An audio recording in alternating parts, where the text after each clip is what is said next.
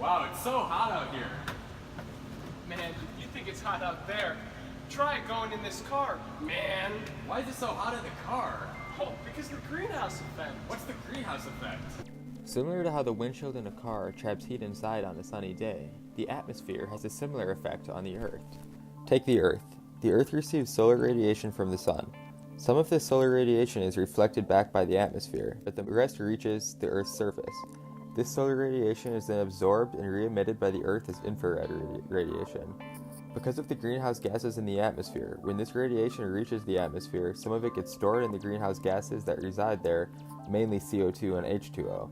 This energy then gets emitted by these greenhouse gases, and it gets emitted in all directions, including both back towards the Earth and out to space.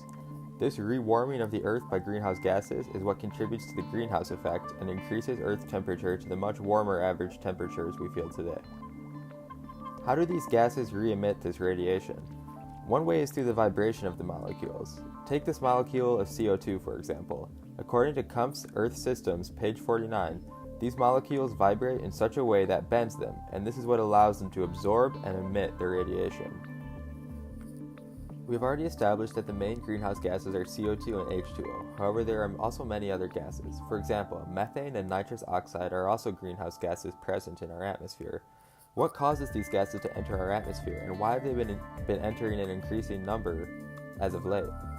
Water vapor, H2O, is part of a positive feedback loop associated with the temperature and the greenhouse effect, as seen in this feedback diagram. This is leading to increased concentrations of H2O in the atmosphere. For CO2, according to the United States EPA, the leading contributors to CO2 in the United States were transportation, for example the gases emitted by your car, electricity, especially that which is powered by sources like gas, oil, and coal, and lastly industry, like the gases emitted from factories during production of different materials. The recent rise of greenhouse gases is something that presents a genuine concern for the Earth.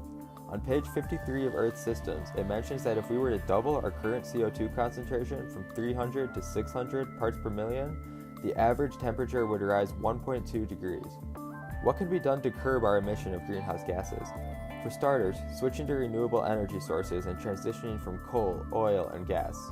Another way to reduce emissions is by lowering each individual carbon footprint, which would involve things such as carpooling, driving a car with little emissions, or changing the appliances you use at home, among many, many others.